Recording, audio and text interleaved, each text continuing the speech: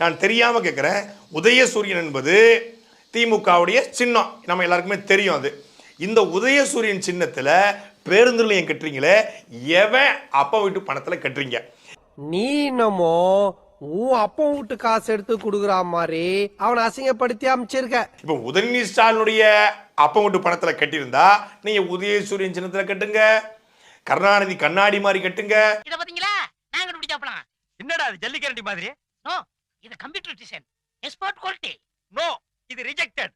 ஒட்டற வேலைய ஒழுங்கா பாறா நான் என்ன உட்கார்ந்து ஓட்டு போட்டு கொண்டு வந்திருக்கான். போடா. உங்க ஐயா முகம் மாதிரி கூட கட்டுங்க, உங்க ஐயா முகம் மாதிரி கூட கட்டுங்க. நாங்க கண்டுக்கவே மாட்டோம், கேட்கவே மாட்டோம். காலையில வேலைக்கு போறவன் இவன் முகத்தை ஒரு தடவை நேரா பார்த்துட்டு போனா போதும். Spot out. அந்த இடத்துல ஆக்சிடென்ட் ஆகி செத்து போயிடுவான். கோயம்பேட்டுல இருந்து 35 கிலோமீட்டர் தூரத்துல கொண்டு கிளாம்பாக்கத்துல பேருந்து நிலையம் வச்சாலே பயண தூரம் குறையும்னா, விழுப்புரத்துல வச்சுட்டா இன்னும் கொஞ்சம் குறையுமே. இதுக்கெல்லாம் என்ன காரணம் சொல்லுங்க, டெல் மீ. ஒரே குழப்பமா இருக்கு சார். நான் சொல்றேன், டிஸ்டன்ஸ் தான் காரணம். டிஸ்டன்ஸ். அதை விட திருச்சியில வச்சுட்டா இன்னும் கொஞ்சம் குறையுமே. ஏங்க கோயில்பட்டி இருக்கு பாருங்க, இது திருவள்ளி பக்கத்துல கோயில்பட்டி, அங்க வச்சிரு, அங்க வச்சுன்னு வை, ரொம்ப குறைஞ்சிரும்.